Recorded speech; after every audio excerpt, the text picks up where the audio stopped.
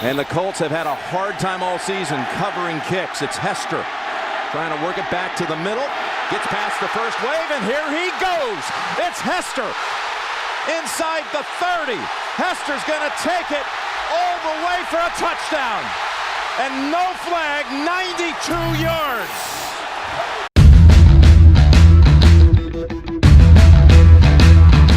Kenny C back on the mic here today.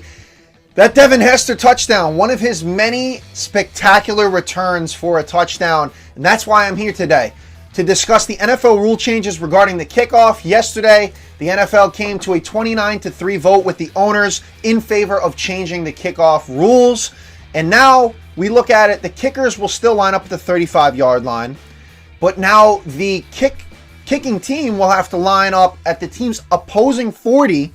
The return team will have 9 players in the setup zone between the 35 and the 30-yard line, and the 2 returners will be in what is called the landing zone from the end zone to the 20.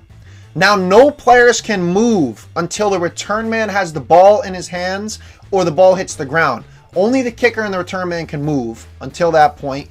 Now, touchbacks, if you boot it to the back of the end zone, will be moved to the 30-yard line. Overall, I like that they're trying to make things happen with bringing back the value of kickoff returns, because we saw last year just a 21% return rate compared to an 88% return rate in 2003, which, by the way, that year, Cardinals return man, special teams man, Josh Scobie led the league, 1,684 yards and a touchdown. Dante Hall was third on the list that year. He had a pair of touchdowns, kickoff return touchdowns, played for the Chiefs, legendary return man.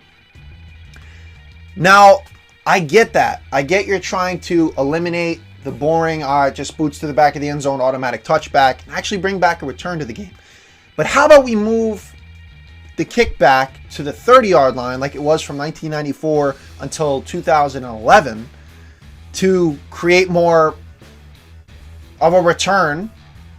And I mean, I agree with the fact that they outlawed the wedge block, because that can be dangerous, and the different formations that they made. In 2018, they made a formation change. But, I mean, if guys are lining up at the 40-yard line, how much space does the returner really have to return the football, even if he can move or get a jump on it as soon as he catches the ball before anybody else can move?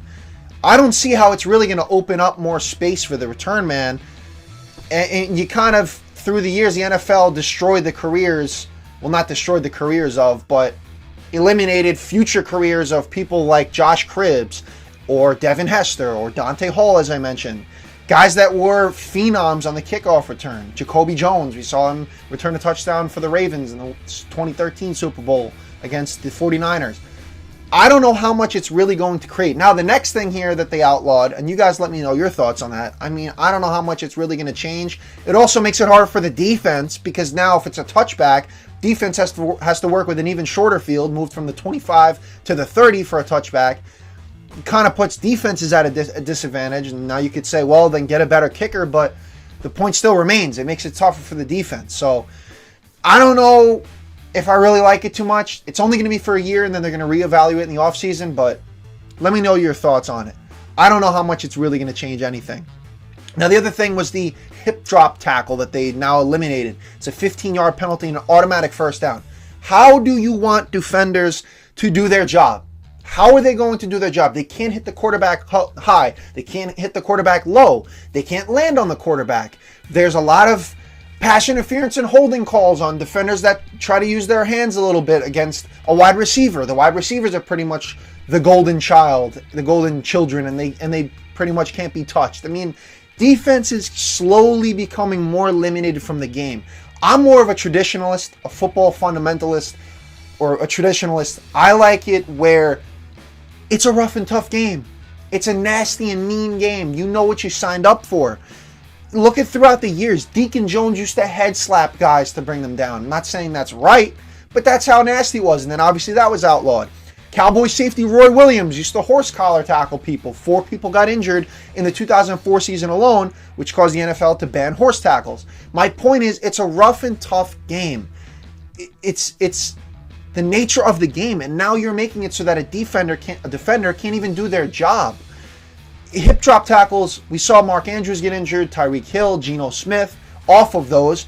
But injuries are going to happen in football. Same thing with concussions. I understand CTE is a huge issue. But again, you know what you signed up for. It's kind of an oxymoron to try to make a game like football also make it safe. It's like trying to make changes to bull riding and make bull riding safe. It's the nature of what it is. It's not going to be 100 proof and be safe like that. I just don't understand. Defenders really have no means to do their job anymore. I mean, pretty soon it's going to become a flag football league. I hate to sound like that guy for those that are on the other side. Sorry, but it's true. It's the nature of tackle football.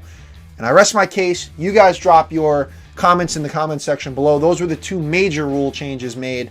They also made a change to challenges and another rule involving a penalty.